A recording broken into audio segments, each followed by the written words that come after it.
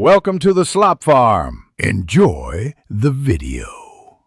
You start by confirming your machine is on the target subnet. That tells you the address range to check.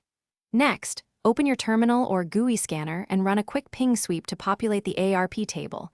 This finds responsive hosts fast. Once done, launch Nmap or a similar tool with a cautious profile. These steps give you immediate live hosts, and they limit noise, so you get accurate results without wasting time on irrelevant addresses. Now dig deeper.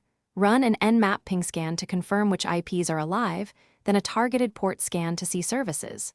You do this because open ports reveal device roles and help prioritize. Simultaneously check your ARP cache, and if you have access, the switch CAM table to map IPs to MACs and physical ports. Once you have MACs, perform an VLOOKUP to identify vendors. That often explains what device type you found. Finish by consolidating each host record with IP, MAC, hostname, and open ports.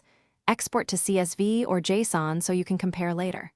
Make sure to timestamp results so you know when each device was observed. If expected devices are missing, first verify firewall and VLAN segmentation. These often block probes.